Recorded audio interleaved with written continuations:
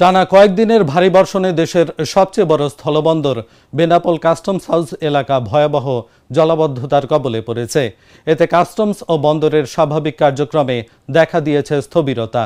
জলাবদ্ধতার কারণে কোটি কোটি টাকার আমদানি রপ্তানি পণ্য পানিতে ডুবে ক্ষতিগ্রস্ত হচ্ছে। কাস্টমস হাউসের সামনে মসজিদ সংলগ্ন এলাকা, খেলার মাঠ এবং বন্দরের 16 ও 17 নম্বর শেড সহ বহু স্থান হাঁটু সমান পানিতে তলিয়ে গেছে। বন্দরের খোলা আকাশের নিচে রাখা পণ্য সামগ্রী পানিতে ভিজে নষ্ট হয়ে যাচ্ছে। দীর্ঘদিন ধরে ড্রেনেজ ব্যবস্থা সংস্কার না করায় এই দুরবস্থার সৃষ্টি হয়েছে। সরকার প্রতি বছর হাজার কোটি টাকা রাজস্ব হারাচ্ছে শুধু এই জলাবদ্ধতার কারণে। বর্তমানে মাত্র একটি সাবমার্সিবল মোটরের মাধ্যমে পানি নিষ্কাশনের চেষ্টা চলছে। কাস্টম হাউসের নিচতলায় রুমগুলোতেও পানি ঢোকার আশঙ্কা তৈরি হয়েছে।